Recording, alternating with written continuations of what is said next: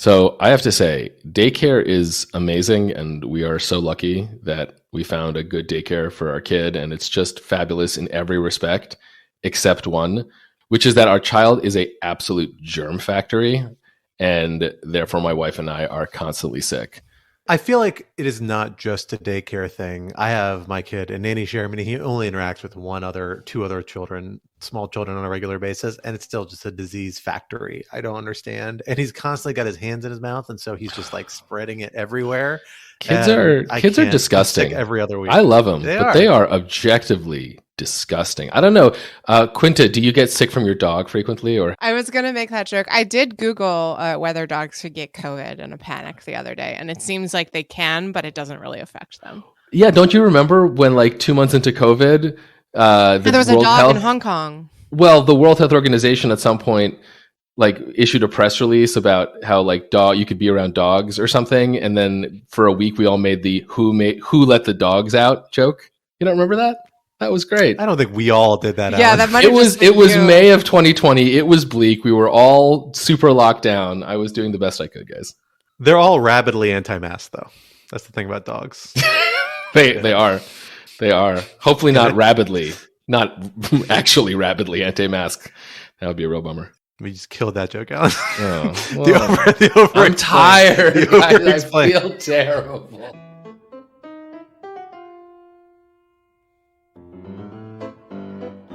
Hello, everyone, and welcome back to Rational Security. I am one of your co-hosts, Scott R. Anderson, and I am here with my two other regular co-hosts, Alan Rosenstein. Hello. And Quinta Jurassic. Hello. And we are thrilled to have you all here back with us this week to talk over the week's big national security news coming down the pike for what we are calling the Mission Admonished edition, in recognition of at least one of our stories. My co-hosts don't like that title. It's maybe not my best work, but I think it works better than Mission Accomplished. Mission Accomplished. Just do Mission Accomplished. Question mark. It at least has to be Mission Accomplished. You have to bring your voice at the end. That's right. Mission Accomplished. That's not the way I was raising my voice, Alan. I don't think that accomplishes it at all. But that's okay. Alan's simulation of human emotions has cracked finally around this point. It's hard. I didn't get my latest firmware update, so I'm like a last generation ChatGPT. It's not quite. That's what Alan is just a bearded ChatGPT simulating human interaction. No, Scott, you did not have a good dinner with your wife. For our first topic, what else can I get away with on Fifth Avenue? Donald Trump is expected to become the first former president to be indicted on criminal charges this week, if, that is, local authorities are not deterred by the public protests Trump supporters are preparing to hold in New York City at his request. What will this move mean for the country, and how might it end? Topic 2, Territorial Refute. After weeks of avoiding the issue, likely 2024 Republican presidential contender Ron Desantis adopted the position that supporting Ukraine, which he described as being involved in a territorial dispute with Russia, is not of vital U.S. interest, bringing him into alignment with former President Trump and signaling a strong lean towards isolationism in the 2024 Republican field. What will this mean for the likely candidates and for U.S. support for Ukraine moving forward? And topic 3, the Blood, Treasure, and Regret anniversary. This past week marked the 20th anniversary of the U.S.-led invasion of Iraq, which set out to remove a dictator and welcome a new wave of democracy in the Middle East, but has instead resulted in an Iraq that is still recovering from years of sectarian violence and increasingly under Iran's influence. What is the legacy of the decision to invade, and what should it mean for U.S. foreign policy moving forward? For our first topic, Alan, let me hand it over to you to get us started. So to timestamp this, we are recording this on Wednesday late morning. And so there's a lot of speculation that the grand jury in Manhattan will, at some point in the near future, vote on whether to indict former President Donald Trump in connection with a $130,000 hush money payment that Trump, right before the 2016 election, made to former adult film star Stormy Daniels, who was alleging that she had an extramarital affair.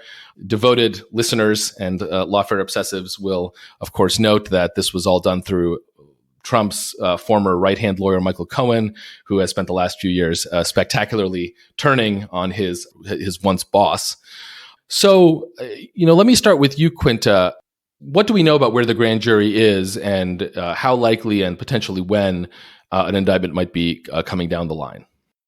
So literally, as you were giving your wind up there, Alan, Insider reported that the grand jury, which was, I think, widely expected to hand down an indictment today, is actually not meeting today, and it's not meeting Thursday either. It has been meeting Monday, Wednesday, Thursday, which means that anything that will happen will not happen until next week at the earliest, if this reporting is correct. So that's a fun little twist, and I don't think we know anything about why that is happening. Would you like to speculate wildly? I have absolutely no idea. I mean, look, initially the reporting was that there would be an indictment this Monday or Wednesday. So today, on Monday, the grand jury voted to hear testimony from Robert Costello, who is a witness put forward by Trump. So in New York, apparently the typical grand jury procedure is that the defense can put forward a witness to weigh in ahead of an indictment, which is not usually how it works. But the grand jury did decide to hear from Costello. Costello himself is a pretty interesting figure. We can talk about him. So I have no idea if maybe what they heard was exciting enough that prosecutors decided to change their approach or something. But who knows, truly. So this case has taken a really long and winding road to get where it currently is. And without giving like a 20-minute wind up, I will just quickly say that it traces back to a plea agreement that Michael Cohen made in, I believe, 2018 with the U.S. Attorney's Office for the Southern District of New York. So this is a federal case where he essentially admitted to working to coordinate hush money payments to two women, Karen McDougal and Stormy Daniels, on behalf of Trump in the run-up to the 2016 election. Both women had said that they had had affairs with Trump and were threatening to go forward with it in the months before the election, which I think the Trump campaign reasonably assumed might hurt his chances, especially after the Access Hollywood tape. So Scott's like, no, it would have been fine. Look, maybe it would have been. Who the hell knows? So the legal theory in Cohen's case was essentially that this was a campaign finance violation. And the reasoning under federal campaign law is that it was a donation in kind to the Trump campaign to make these payments, essentially keeping these women silent as a benefit to the campaign, that it was unreported and that it was way, way over the limit for contributions because these were in the hundreds of thousands of dollars. Cohen pleaded guilty to this. There was an investigation at the federal level, which was dropped. The DA's office picked up the baton. There's been a lot of back and forth within the DA's office about whether or not it should be pursued. And the reporting has been that the legal theory on which Manhattan DA Alvin Bragg would be moving forward would have to do with a New York statute against falsifying business records. And so the argument here, as I understand it, is that the records about Cohen's payments and the payments back to Cohen are not listed as hush money payment. They're listed as Cohen being on retainer. I believe that's correct. And so the argument is this is a falsification of business records. That's only a misdemeanor. In order to raise it to a felony, they need to tie it to another crime. And that's where things get really hairy because there's a question about, well, is the crime under federal election law? I don't believe it's been tested in New York court. If you can tie this business records provision together with a federal crime, is it under New York election law? If so, why are we looking at New York election law when this is a federal election? It all gets very complicated very quickly. And for that reason, among others, and I've really only given a small portion of the story here, I think there's a lot of skepticism among the commentariat about the wisdom of bringing this case if indeed Bragg decides to go that route. Well, so let's talk about that. I mean, I'm curious, Quinta, I think you probably know more about this than all of us, just in terms of you've been following this so closely. I mean, are you part of that commentariat that is getting a little queasy about using this, I don't want to say far-fetched legal theory, but certainly not like super obvious legal theory to do this unprecedented act in American history? I am skeptical, and I will explain why, and this will require me talking for a bit, so apologies, listeners. I will say there has been kind of a meme that started of like, oh, this case isn't very important, or that the conduct at issue isn't very important, and therefore it doesn't really make sense to charge Trump for it. I actually disagree with that. I wrote a couple lawfare pieces back when the Stormy Daniels story was first unfolding with Bob Bauer, who's an election lawyer, on lawfare, arguing that Trump's conduct in the Stormy Daniels case was sufficient to justify an impeachment, although it did not demand an impeachment. And our argument there is that this is conduct by Trump where he was attempting to deprive the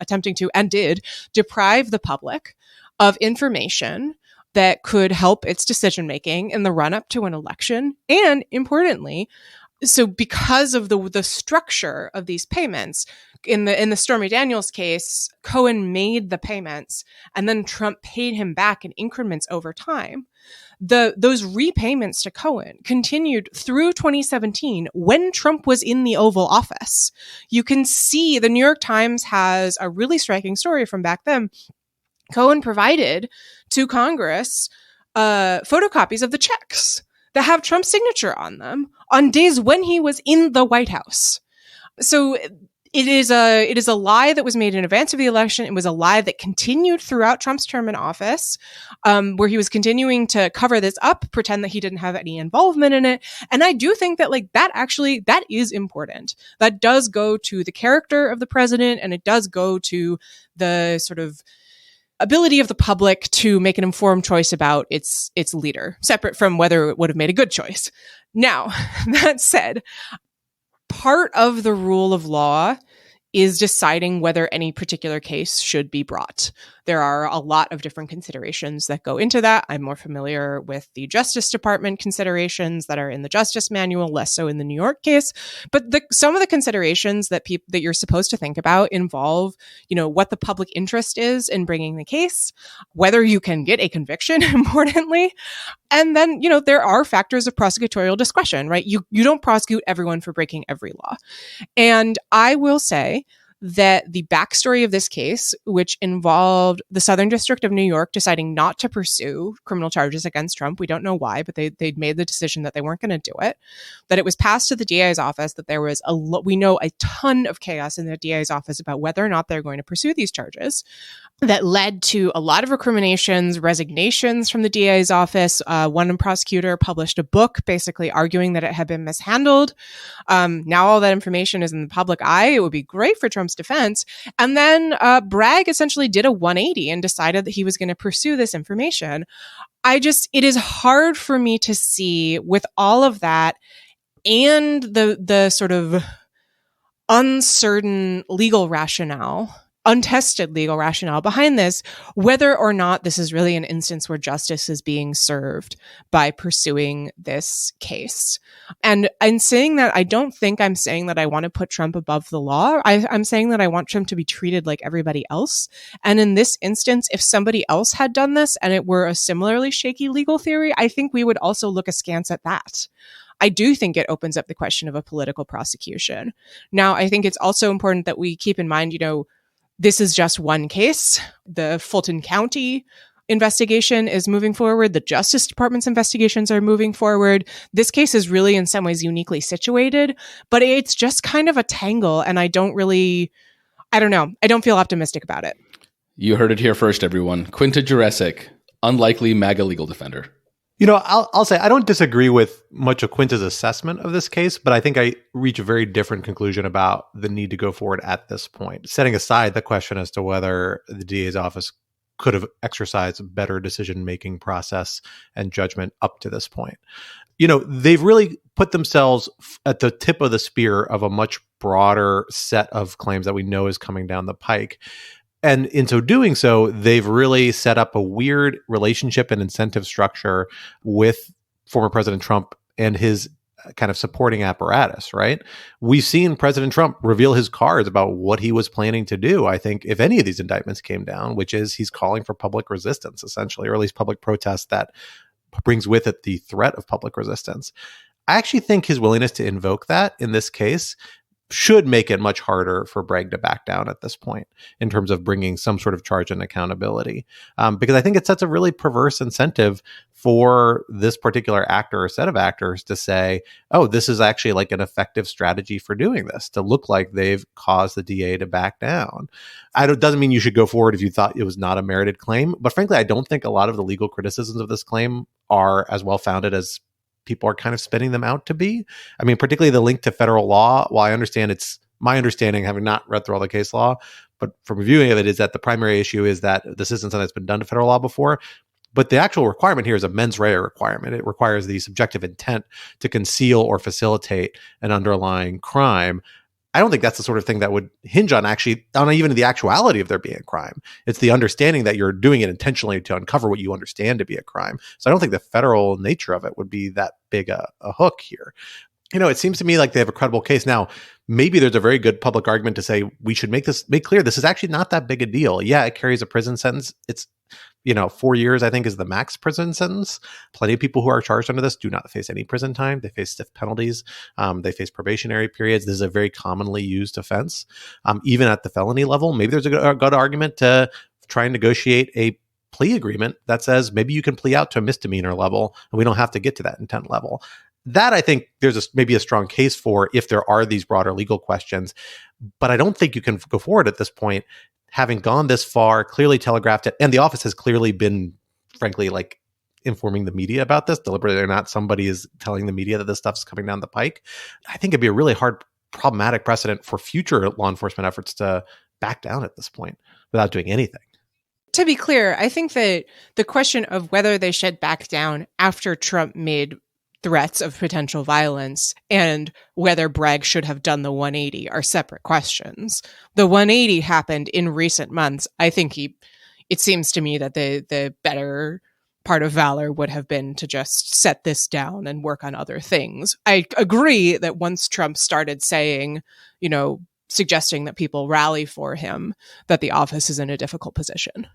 I think, Scott, you raise an interesting point. And I think that your concern would be, I think, stronger if this was the only potential prosecution, right? My sense is that both the Georgia and the DOJ investigations are moving in the direction of some sort of prosecution or some sort of indictment, and that both of those investigations will be much more legally clear-cut, and so will not raise the sorts of issues that Quinta has pointed out might attend this prosecution. Trump will no doubt try to do the exact same intimidation tactic. And the idea that either Fani Willis or Jack Smith are going to be bullied by Trump calling for crowds outside the courthouse is, I think, the chance of that is exactly zero. So I do think that ultimately, Trump's threats will be shown to be a paper tiger because of these other prosecutions, which I do think makes maybe a little less important for Bragg to, soldier on no matter what, right? Now, again, I do think that if Bragg thinks he has a good case, he should bring that case no matter what Trump says about, riots in the street. But I do worry that the logic of, well, Trump has now called your bluff, therefore you have to barrel through, even if you ultimately think the case is weak, that's kind of what worries me a little bit.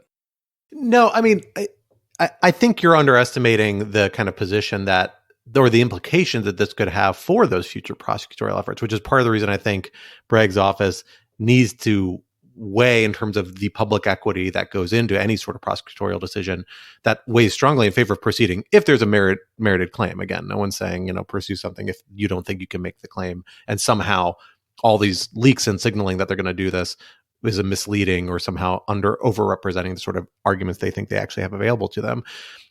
It's a problem when a group of people think they have effectively bullied a prosecutor into not bringing charges that he was intent on bringing. Maybe that was not an accurate representation of Bragg's intent from the outcome, but certainly the one that has been picked up in the media and that seems like his office has contributed to some degree.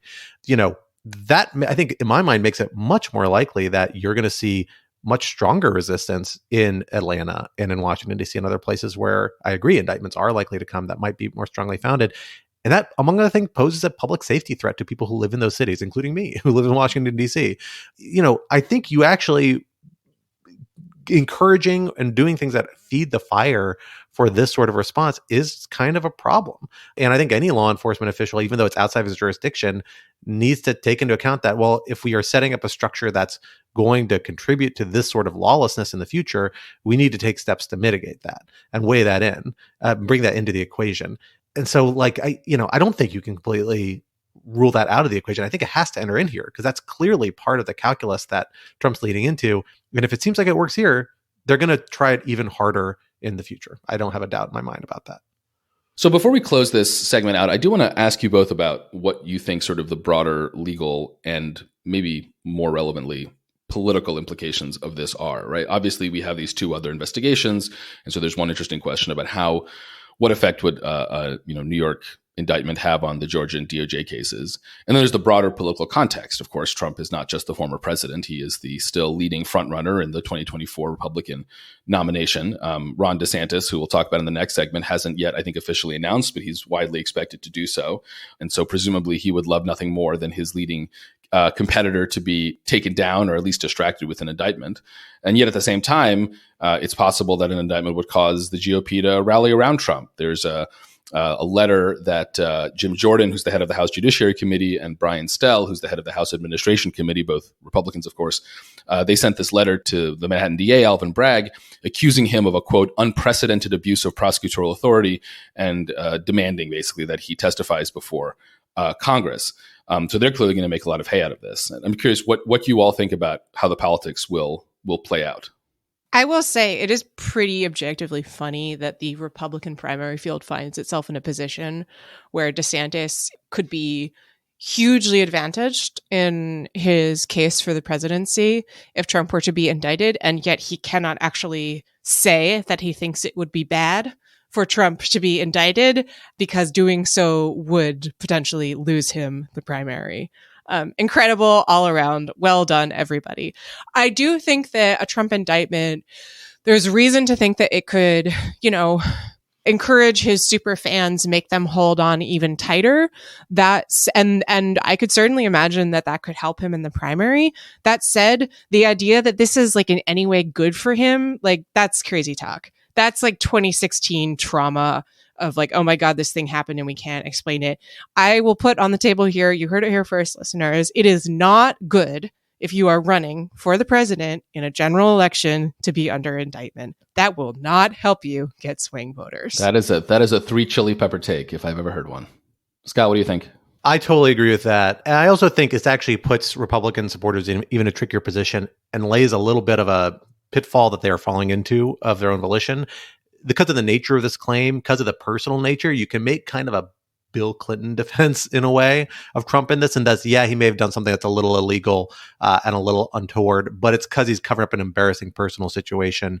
This doesn't really get to the heart of the matter. This is a little bit politically motivated. And that is a valence that is going to allow a lot of people to side with Trump on this, despite a lot of kind of legal issues that might come up and policy issues that otherwise might push the other direction. That's going to be a lot harder to do for future indictments that are coming down the road, especially if one is coming the Mar-a-Lago investigation. It's worth noting in the last 12 hours, 24 hours, we've seen the DC Circuit take up a decision that we actually haven't seen the text of in the district court in DC, but that had allowed one of Trump's lawyers to proceed with testifying about his engagements with Trump despite attorney-client privilege on the basis of a crime fraud exception, basically concluding Trump lied to his lawyers about continuing to possess classified records. The DC Circuit heard that on a very quick turnaround, and the Justice Department filed a brief within a few 12 hours or something. It was like an overnight briefing schedule. DOJ filed their brief at 5:36 a.m. God. Godspeed, lawyers. I hope those lawyers get some donuts and coffee. Yeah. Yeah, exactly. But the fact that they're pushing this aggressively, I think shows that they're actually like further along in this investigation than I would have expected at this point, meaning stuff really may come down the pike much more quickly. And for Republicans who have come to Trump's defense on this, it's going to put them in a difficult position because retaining classified documents and lying to your lawyers about it is just a different, much more serious game. We saw that over the summer when the story first broke. It's kind of been quiet since then. But once it comes out, I think that's the one that's really going to be a hard one politically for Republicans to deal with around Trump. So this is not the end of the story. This is just the beginning. Well, that brings us to our next topic, because as we're talking about one former president / future presidential contender, let us talk about the person who's widely perceived to be his clearest rival, current Florida Governor Ron Desantis, who, despite being not declared, often polls at the front of the pack or just behind former President Donald Trump in the pack of potential contenders for the 2024 Republican presidential nomination. This past week, we saw DeSantis respond to an interesting questionnaire put forward by none other than journalist extraordinaire Tucker Carlson on the Fox News program, asking about DeSantis's views, and actually a very legitimate question, what DeSantis's views were on the Ukraine conflict, an issue that, as the governor of Florida, he has not really had opportunity or need to weigh in on. And after a fair amount of delay, it seems, because this isn't the first time he's gotten a question along these lines, he responded with a fairly long written out question, response, that I think does more sophisticated things in the way it's actually being portrayed, and we can get into that a little bit. But at its essence, essentially says the Ukraine conflict is not a vital interest to the United States, and suggests that there should be limits on the extent to which the United States should support Ukraine. Doesn't go so far to say cutting off Ukraine, that there shouldn't be any support for Ukraine. In fact, he kind of suggests the opposite of that. But he objects to what he describes as a Biden administration blank check approach of unlimited support, and also is dismissive about the conflict itself, suggesting it is essentially a quote-unquote territorial dispute between Ukraine and Russia, as opposed to an act of aggression or something much more severe, which is how many people are viewing it. This has kicked off a pretty strong response in a lot of circles, particularly among foreign policy folks on the right and the right of center. A lot of people who are kind of in the never Trump camp, a lot of people in the more conventional conservative camp, many of whom have been fairly strong supporters of Ukraine, even if they are still critical of some of the Biden administration's approach there. But it also clearly signals that now the two leading frontrunners of the Republican nominee, at least presently, are people who support a much more isolationist is probably too strong, but a much more small c conservative foreign policy, and particularly aren't necessarily committed to continuing strong support for Ukraine if they were to be elected. I'm curious for you all, how striking an outcome is this? How surprising is this really? And what do you think it means? How significant will it be moving forward, both for Ukraine and potentially for the election that is rapidly sneaking up on us, even though it's still almost 2 years away? Alan, let me start with you. So I think this is an interesting story, and I have a bunch of somewhat unconnected thoughts about it. The first thing I will say, and I mean, I assume I speak for the rest of you, though obviously correct me if I'm wrong, is that DeSantis is incorrect. This is not a territorial dispute. This is an act of aggression. And in fact, it is in America's vital interest to support European sovereign integrity and NATO and all that sort of stuff. So putting aside the merits of this debate, which I don't think is actually that interesting in the context of this story, so what does it say that DeSantis took this position? So I think the first thing is, I think about DeSantis in particular, I think it shows that, he is, despite being what seems fairly competent governor of Florida, obviously you can disagree with his politics, but he does seem to be like, he is governing, right, in a fairly competent way. It's certainly the Floridians seem to like him. And being kind of a master of domestic culture war messaging is still quite new to the foreign policy world, and is clearly trying to figure out his whole set of positions on this. And, one reason why I've always been a little more skeptical about the narrative that DeSantis' success in Florida will translate one-to-one on a national scale is because on topics that governors don't need to think about or have experience about, like foreign policy, he's fairly untested. And so we'll just have to see what he thinks about China and Taiwan, what he thinks about Middle East issues, what he thinks about all of these issues. And we'll see if he is as successful in that messaging as he has been on sort of domestic policy stuff. The second thing is, I think it's hard to know how seriously to take this, right? My sense is that DeSantis is very much a kind of a chameleon, shape-shifting like creature that does not have particularly like firm policy views on a lot of issues. I mean, I think you can actually see this in Florida, where he kind of vacillates weirdly from, like hard right-wing culture war stuff to, spending a lot of money on Everglades restoration. Like I think he's like constantly triangulating. And so, I could easily imagine if he becomes the nominee or becomes president, right, in 2024, he might, turn on a dime. Right. Either because events happen or just because he feels that the political winds are shifting. Right. I mean, just to go back to our, to George W. Bush, who talked about how against nation building he was all through his campaign. And then 9/11 happened, and then the Iraq war happened. And we'll talk about in the next segment. And the third thing I want to say is, I obviously disagree with the substance of his remarks, but I do want to make sure that there is still a space in discourse about the war in Ukraine, especially among sort of staunch Ukraine defenders, to recognize that you do need to have people constantly asking these sorts of skeptical questions, right? About what is the strategy? What is the plan? What is America's national interest?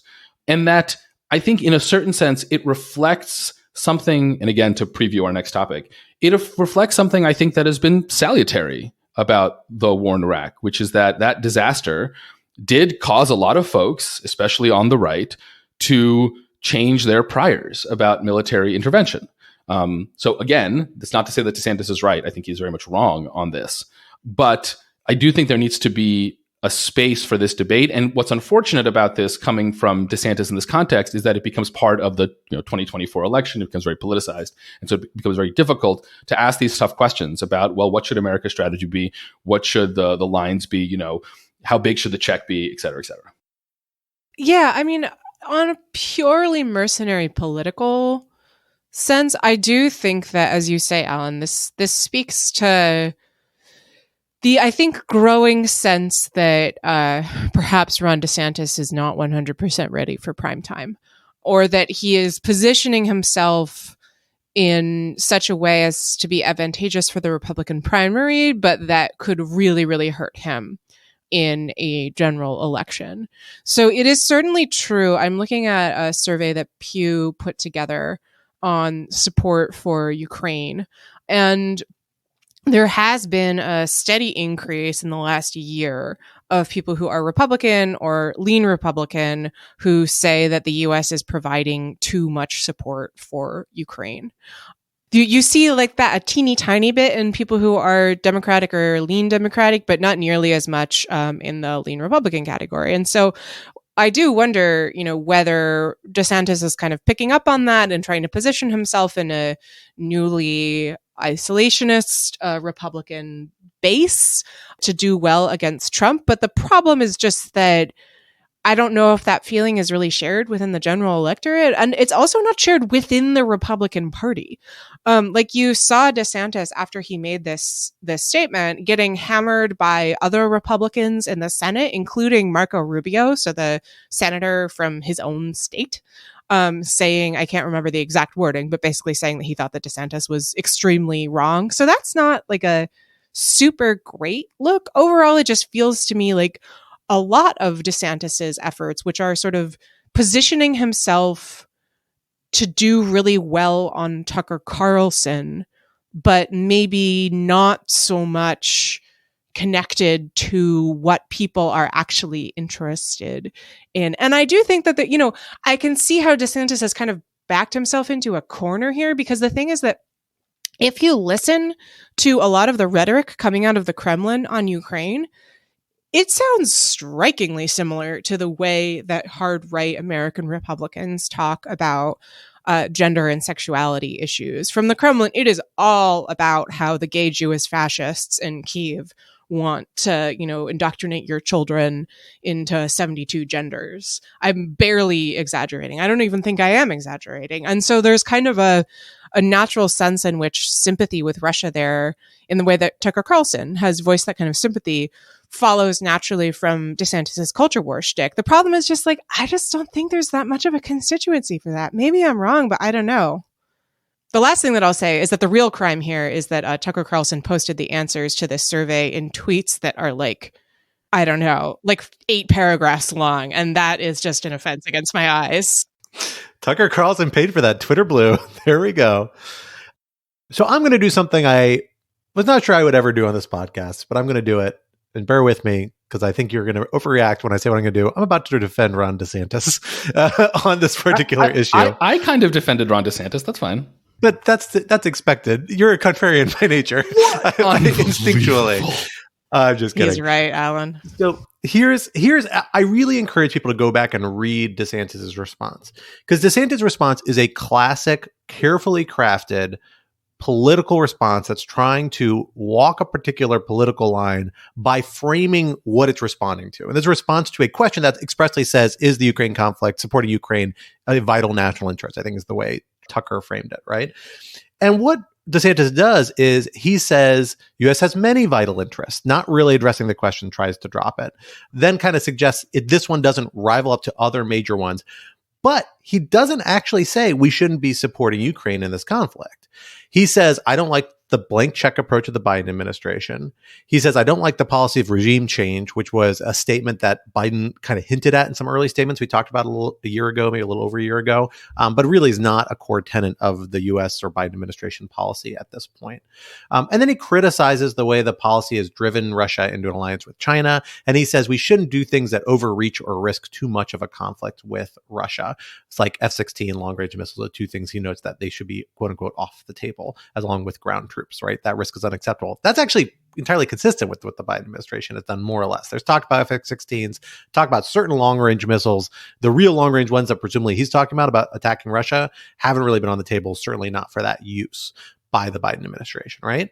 So he's trying to frame himself and position himself to both criticize the Biden administration, avoid saying outright, I don't want to support Ukraine, but without elevating it to the idea that this is a major U.S. interest, which is something that I think he correctly reads that the much more domestically focused Trump supporters that he is constantly trying to cater to are going to find objectionable, right? He's trying to triangulate across these different positions.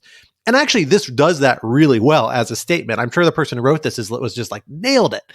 What they didn't anticipate is that the politics around this issue set is really, really hard. And there isn't, as you got at with this, Quinta, I think a little bit, although maybe I'm talking about a constituency one to the left. There's not a constituency for this exact angle that's really vocal and going to come to your support, right? You kind of got to get in or get out on this particular issue set. And he's trying to tread this line, as he constantly is, trying to say, I'm giving you what you want, Trump supporters, but I also can do it in a way that doesn't respond in all caps, which, by the way, former President Trump did in his response to this questionnaire substantially, and says, I'm going to do it in a more reasonable way and in a way that can leave a door open for more conventional conservatives to also get on the bandwagon. And that's just a really, really hard line to draw. And you can't do it through kind of conventional ways with this primary electorate. This primary electorate's a lot more emotive, they want all and particularly at this stage. Yeah, maybe. They want something, right? Like, people are heated, they're emotive about these sorts of issues. And, a lot of the game right now is capturing attention, capturing media cycles. And this really turned into a big trap for him that undermined his credibility, despite, frankly, being a statement that if you had handed this to me up straight, I was like, oh yeah, you kind of checked all the boxes here, but your read of the turf was just a little off.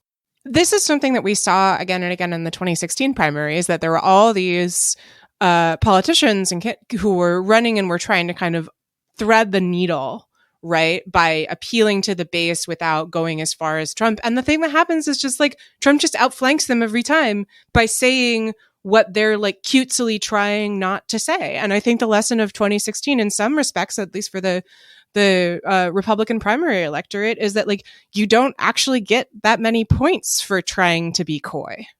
I think that's right. But I also think here's the other thing that this doesn't do, right? Which I think we've seen the other announced candidate in this race, no, not Vivek Ramaswamy and other folks who are technically announced, right? But I mean, Nikki Haley, what did she do in response to this?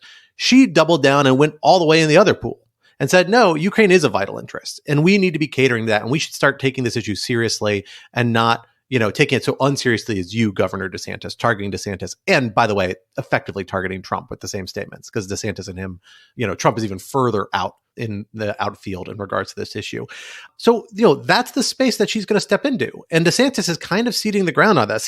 He weakly tried to leave open to it with some of the implications of his statement, and Haley's stepping in. Now, that might not be enough of a political constituency to get a winner, but maybe she sees enough space there to like drive the conversation or make this actually a competitive race around this issue, or at least have a vocal Republican constituency for the alternative on this issue, which I actually think is something that a lot of conventional conservatives might be willing to break with Trump more and more vocally. Certainly they have in the commentary in response to DeSantis's opinion. So I think this is kind of consequential and is really going to shape the tenor of this political debate moving forward in kind of unexpected ways. But it's creating the cleavages, really illustrating the cleavages that seem like they're emerging between the different potential candidates in the Republican field. So it is 20 years since the United States invaded Iraq in 2003, and there has been a lot of thought-provoking and, frankly, sad and depressing coverage. There is a great interview that Scott did on the Lawfare podcast, which I highly recommend to listeners. For this segment, we wanted to just reflect on the war and also, I think, on our particular experiences as, US millennials. We sort of grew up with this conflict and had it shape our professional lives in Scott's case in a very profound way that I think makes this anniversary a really striking opportunity for reflection, I think it's fair to say. So, Scott, let me start with you. What have you been thinking about on this anniversary?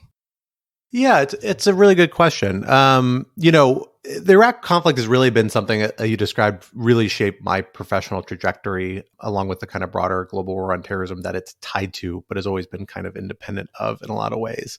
I was somebody who, as a senior in high school, what's the year 9/11 happened was when I was a senior in high school, and then the Iraq invasion happened the next year. I kind of bought the, Bush administration's line, hook, line, and sinker. It made sense to me as a, someone not particularly well-versed. And then over the course of college, pretty quickly, I got very concerned, particularly with Iraq, which seemed to turn south so quickly, although problems certainly emerged in Afghanistan later as well. And I've always felt really personally guilty about that, if I'm being completely honest, because I bought it, I support it. I was even kind of vocal about it in certain ways because I was involved in politics as a student in high school. And it's really something that for me has really driven my drive to work on Iraq issues, is because I want to understand how this decision was arrived at and the consequences of it, and hopefully find some way to better address it. Where does this lead now is always a really tricky question, and I think it's a question we have to ask ourselves. Iraq itself is a really troubled country, one that I still think we have, as the United States and the broader international community, has really vested interests in. It really does lie at the crossroads of the Middle East, a very sensitive region in which there are a lot of global interests tied up in. And it's not a country that can be unstable without compromising a lot of those interests. And so I don't think it's an easy thing to walk away from. I don't think a, Kabul or Afghanistan style withdrawal was ever actually feasible with Iraq, and that we're likely to have engagements there for a long time. But it's a much harder, in a lot of ways, entity to engage with now because you have weak institutions, because you have widespread corruption, widespread distrust of the United States, and most importantly, Iran having hugely outsized influence throughout the country in a lot of ways that it didn't have in the Hussein era and for years after the invasion. Scott, I'm just curious. Why do you say? I just want your opinion. I don't have any priors on this. Why do you say that we can't walk away from Iraq in the way that we could and did walk away from Afghanistan? Because I think there are just far, far too many actual U.S. interests really implicated by Iraq and its neighborhood to be able to move away from it. I mean, we saw what happened with an unstable Iraq in 2014, right? Northern third of the country essentially got taken over by a terrorist group that rapidly took over, at one point, I think almost a majority of Syrian territory, threatened Turkey nearby, destabilized regions very close to Israel as an ally, destabilized, energy flows for the region, energy exports, huge humanitarian costs, really tragic humanitarian costs. And this is something that I think needs to weigh in the moral imagination. I mean, there are lots of minority groups that are constantly at risk of violence in different corners of Iraq and eastern Syria. We know the Yazidis and others and the horrible experiences they had during the Islamic State conflict. It's just not a part of the world that's actually easy to let become a vacuum. That's not quite what's happened in Afghanistan either, and I don't want to draw a parallel there, but I do think that is something that would happen in Iraq if there were not some sort of government being reinforced and stabilized by some factor, whether it's the international community, maybe Iran, although Iran seems much more intent on destabilizing the government so it can exercise kind of dominant influence over the parts of the country that are most important to it. So I just don't think it's actually, I think there are vital U.S. interests in Iraq. I don't think that was wrong. I think what was wrong was the idea that you can dictate its political future through violence. I think that was tragically wrong. It's been proved tragically wrong. And at this point, I think what the United States and the international community have to do and can do is to try and set up a framework to kind of embed Iraq in of allies, relationships, regional partners to really reinforce its institutions and try and promote stability and make it as effective as you can be, understanding it's going to be a long-term project and one that's not as easy as just throwing money and troops and blood and treasure at a problem, which was more or less what we did for the first several years of our occupation there. Yeah. So I think I'm a little younger than Scott. So I think I was like 16 when the Iraq War started. So I was in high school, and I too, like Scott, supported it to the extent that I had much political consciousness at the time. I'm curious, sort of your story, Scott. For me, I was briefly a neoconservative, not out of any particular conviction, but I think just out of my general. That does not surprise me at all. It's funny. I told my wife this morning that we were talking about this, and I said I was a neoconservative in high school, and her response was, "That does not surprise me at all." So that was her response as well. And We're on the same wavelength. Yeah, exactly. And again, not out of any like real political conviction. I think because I was just kind of contrarian, and growing up on Long Island, all your friends are lefties, and at the time I thought there were some great arguments for neoconservatism. I thought that sort of the intellectual ferment was there. That was the site of really interesting ideas, and I don't know, I was a high school debater, and I think I just found it fun to debate that side of the issue. And I remember my high school actually hosted a debate kind of in the run up to the war in Iraq, so that we could all the students could channel their political frustrations. And I gave what I thought at the time was a very clever argument for the war in Iraq. And so obviously wrong like everybody else. And what I've been trying to figure out in the year since is what the lessons are for like 16-year-old Alan, right? Of that. I mean, obviously the sort of catastrophe of the Iraq war should update our priors on some sort of key geopolitical facts. Like, it's much easier to break things than build things. And, you cannot just tell countries and people how to structure their societies and politics. And all of this is much, much harder than it might seem. You need exit strategies, whatever like all the standard lessons are, right? And obviously, it's not like every single person voted for the Iraq war or supported the Iraq war, right? Barack Obama famously, in some ways, got the 2008 Democratic nomination in part because he was an anti-war he was the most credible anti-war Democrat.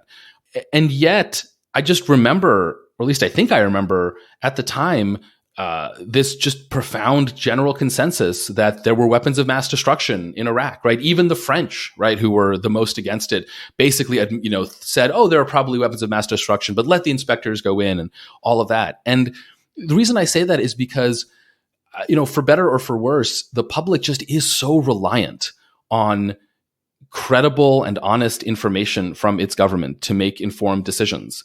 And the response of, well, you should always be skeptical of what your government tells you only gets you so far. Because if you're always skeptical, you run into the opposite problem of sort of becoming a kook and a crank. And so I've never sort of satisfactorily answered, or never answered to my satisfaction, the question of sort of what like epistemic lessons should one learn if one was just like a normal, vaguely publicly engaged citizen who supported the war in Iraq, right? And again, this is not an attempt to rewrite history or to justify, like, it was a mistake, it was a terrible decision, like all of this is true. But in terms of like, what is the lesson for your future decision procedures? I don't know, because it can't be, never trust the government, never go to war. Like, that can't be the lesson. Otherwise, we're just going to be doing this thing where we ping pong between extremes, and that's a problem as well. And so those are my thoughts. Yeah, my story is a little different, I think, because we're doing like the three bears and Goldilocks. I am the youngest of all, and so I was a relatively small child while all this was happening. I think if you had asked me, I would have said I opposed it, but that was not because I actually understood anything that was happening. It was because, like all small children, I enjoyed parroting the political views of the adults around me without comprehension. I do think, from my perspective, the war really shaped the way that I think people in our generation, or maybe in my micro generation, but I think this is true more broadly as well. Yeah, it pushed us into a greater skepticism of government power and of what the government was saying, particularly when it came to foreign policy, and also toward an anti-interventionist position. I really do think that it is striking how, if you look at the sort of political discourse now that is acceptable largely on the left, but not, I mean, we see it more and more on the right, thanks to sort of Trump's influence over the Republican Party. It has just swung so wildly away from the more interventionist mindset in 2003, where you were really drummed out if you didn't support the invasion, despite the fact that it wasn't 100% clear, what it was that was going on. That seems to me like it's a really, really major legacy of the war. And I do think that it's been striking to me how Ukraine is a mirror of this in some ways.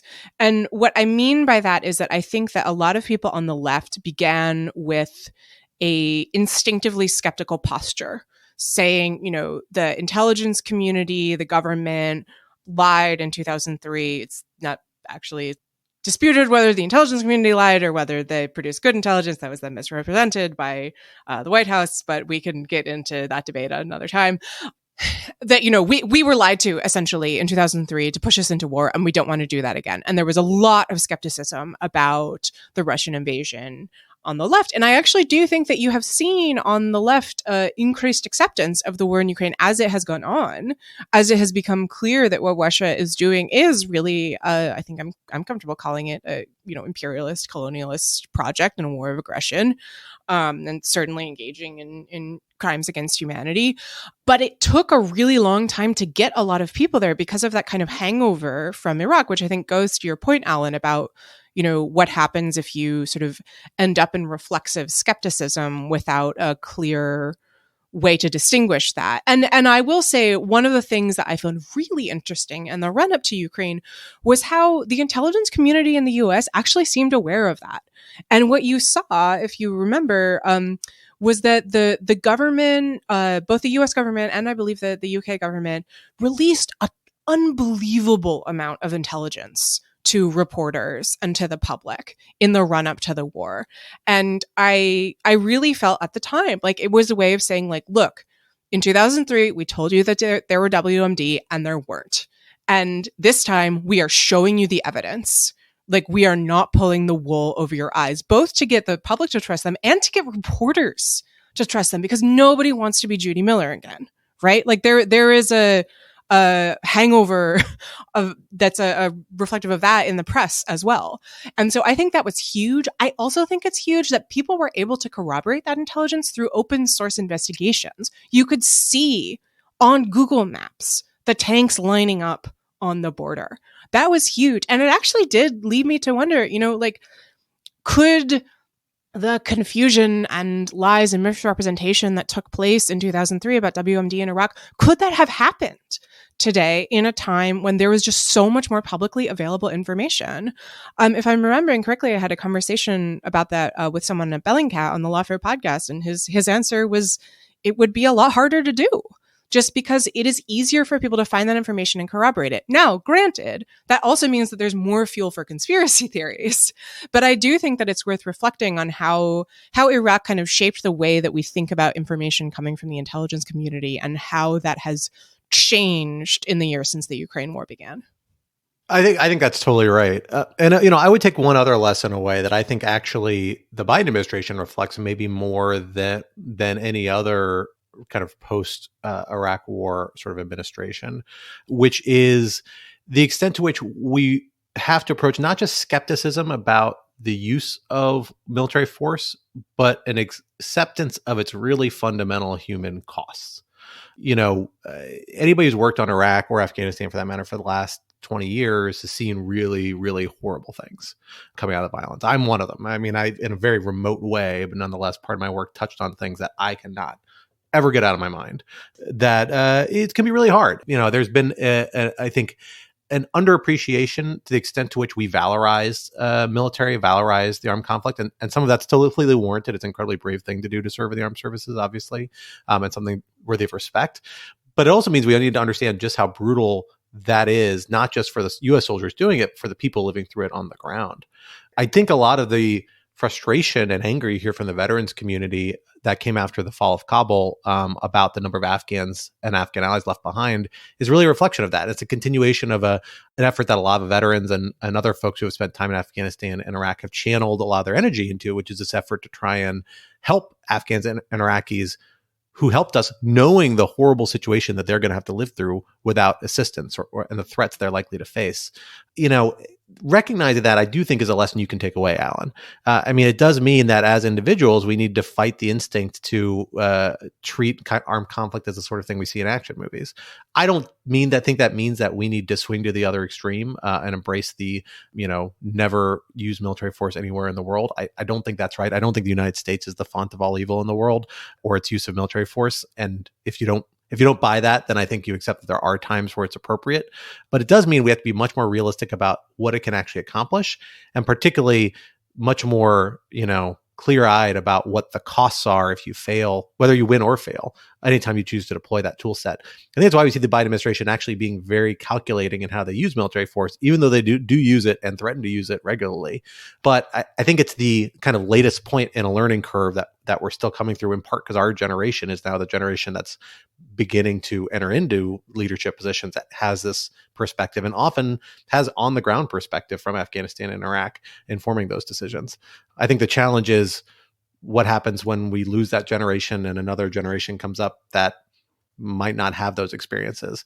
And I think we do see this generational cyclical element where every 30 years, people begin much more bullish about what the use of American military power overseas can accomplish. And I don't think we're out of that cycle. But for the time being, at least, hopefully we have some lessons we can incorporate into our decision-making process, both as voters and policymakers. Well, folks, that brings us to the end of this week's episode. But as you know, this would not be Rational Security if we did not leave you with some object lessons to think on in the week to come until we are back in your podcatcher. Alan, what do you have for us this week? So, continuing my theme of national security themed entertainment, I have a TV recommendation, The Recruit, which is on Netflix. It's only one season so far, but it has been renewed for a second season. It follows the adventures of a fresh out of law school lawyer who joins the CIA and within 7 days on the job becomes embroiled in a global international conspiracy, blah, blah. It's quite fun. It's very charming. It kind of understands its own absurdity. It has like a real element of Veep to it as well, which is very entertaining. And the main character is played by Noah Centineo, who is just remarkably charming. Like, it's one of these shows that you just watch because the main character is just so very, very delightful. I mean, it is not realistic at all. I mean, I'm sure it gets, I think, some of the like inane CIA bureaucracy right, but like as a lawyer, you do not have to deal with 3, shootouts and assassination attempts per episode. I mean, at least I hope that's not what not every episode. No, not every episode. Do they say CIA officer or CIA agent? I don't know, actually. They say CIA asset a lot, but I actually don't remember when they say officer or agent. Anyway, well, it should be CIA officer. FYI. Okay. It is really good. It is really fun. I mean, the Bureau, it is not, but it is still just like fabulous, like popcorn viewing. So The Recruit on Netflix. Fun fact, I once wrote a half a screenplay about a TV pilot about a State Department lawyer facing a kind of similar scenario that will never see the light of day, sadly. Although one day maybe I'll pick it back up and actually write this thing, because I feel like it's an underappreciated premise. Because if you're a government lawyer, you're like seeing all sorts of weird shit going on. I'm telling you. I'm telling you now, if listeners, if you want to give Lawfare $10,000 on Patreon, your reward will be a live performance of Scott's screenplay with the Lawfare crew playing the roles. Oh, I absolutely will. I will finish this thing. Most of it's just outlined at this point. I think I have like 8 pages of dialogue. I will finish this thing and we can do a live reading. It's going to be great. It's very mid-2000s when I wrote it, but that's okay. Quinta, what do you have for us this week? I have 2 movies about the Iraq War that I would like to recommend. One, a documentary, and one feature film. The documentary is called The Unknown Known, and it is a Errol Morris documentary about none other than Donald Rumsfeld. In many ways, it's kind of the spiritual sequel to Morris's great documentary, The Fog of War, which is about Robert McNamara, who is Secretary of Defense during a substantial portion of the Vietnam War. The Fog of War is really about McNamara's desire for redemption and refusal to admit that that's what he's searching for. The unknown known is really about, I think it's fair to say, Errol Morris's total bafflement with Rumsfeld's complete absence of any need to search for redemption or like consciousness that he might have done anything wrong at any point ever. It's an incredible documentary. It's utterly infuriating. It has a great score by Danny Elfman, and it also has some great visuals of the snowflakes, so Rumsfeld's memos from when he was in the Pentagon. So there's a famous one about the Iraq War that starts with just saying, how start? Like, how do we start the war? Where it has the snowflakes like falling from the ceiling, and it's just like this storm of paper. I highly, highly recommend it. It's a really, really interesting watch. The second movie is a feature film. It is called In the Loop. It is one of my favorite movies ever, and it is a British comedy about the run-up to the Iraq War from the perspective of the Brits, and a fictionalized version of the events that led to what was called at the time the dodgy dossier of intelligence that was supposedly supported U.S. assessments of WMD, but in fact did not actually do that at all. And it's just a really delightful movie. It's incredibly funny. It's deeply foul-mouthed. It's very accurate and sharply observed in terms of the particular dynamics between the Brits and the Americans. There's an amazing performance by James Gandolfini as an American general, just a real delight all around. And it also does a nice job in not shying away from the sort of darkness and horror at the heart of it all. So highly recommended. I will second both of those and Fog of War. They're all phenomenal. But I'm going to add another recommendation, although this is not my object lesson. There's an incredible documentary called Control Room that came out in 2004 that is about Al Jazeera covering the invasion of Iraq. It is a fascinating watch because it really draws. It also spends a lot of time in CENTCOM, and particularly with journalists embedded in CENTCOM and with CENTCOM's public relations officers.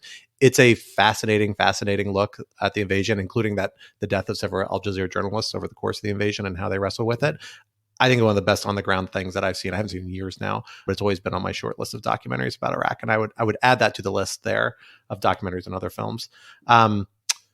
Well, for my object lesson this week, I am taking a step back in history because there was an incredible story, especially for those of us who follow this kind of issue set for a long time, that came out in the New York Times this week. And unfortunately, I think has gotten not enough coverage on account of the major events happening in New York around former President Trump this week. And that is this amazing story where an individual who was involved kind of tangentially with the Reagan campaign, or at least supporters of President Reagan in 1980, has said that he participated in a trip with another former governor of Texas, John Connally, who was a major supporter of then candidate Reagan, to the Middle East in an effort to convince the then revolutionary Iranian government / regime, they're still in the process of government formation, to continue holding the U.S. hostages until after the election, in part because they believed it would hurt Jimmy Carter's chances of reelection. This is a long-standing theory. It's something that was investigated and rumored shortly after the election. There were some congressional investigations about it. It then got picked up when Gary Sick, a really phenomenal Middle East scholar who actually worked in Carter's National Security Council and wrote, I think, the best book about the Iran hostage crisis called All Fall Down shortly after he left government. He wrote an op-ed in 1991 that kind of reinvigorated this idea and laid out the case that there may well have been some interference by supporters of President Reagan with efforts to free the hostages. The hostages were released 5 minutes after Reagan was sworn into office, for those who may not recall. And this is an absolutely revelatory story. They dig into the efforts that Congress has done to investigate in the past and talk to several of the leading lawyers of that, who note that Connally was never on their radar, so they never investigated these allegations. An individual came with him supposedly on this trip and says, I'm coming forward to be honest about this because former President Jimmy Carter is likely about to die. He's on hospice care, and that he felt the need to clear the record before the former president passes. I don't know whether this is true or not. I don't know what to make of it. I've spent some time looking over the old congressional reports as an interest out of the story.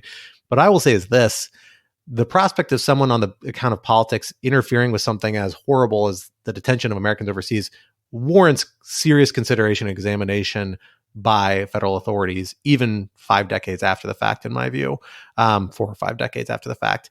And insofar as there's any credibility behind the story, I think it's something that Congress and or the Justice Department or State Department or others in the government need to take a serious look at, because this is just sort of the thing that you need a serious historical accounting of to underscore the extent to which it's not appropriate and not acceptable. And we may yet see the story resurrected again for a third round in the years to come. Well, folks, on that somber note, that brings us to the end of this week's episode. Rational Security is a production of Lawfare, so be sure to visit lawfareblog.com for our show page with links to past episodes, for our written work and the written work of other Lawfare contributors, and for information on Lawfare's other phenomenal podcast series. And be sure to follow us on Twitter at RATL Security, and be sure to leave a rating or review wherever you might be listening. Also, sign up to become a material supporter of Lawfare on patreon.com/Lawfare for an ad-free version of this podcast and other special benefits. Our audio engineer and producer this week was Noam Osband of Goat Rodeo, and our music, as always, was performed by Sophia Yan. We are once again edited by the wonderful Jen Patcha Howell. On behalf of my co-hosts, Alan and Quinta, I am Scott R. Anderson, and we will talk to you next week. Till then, goodbye.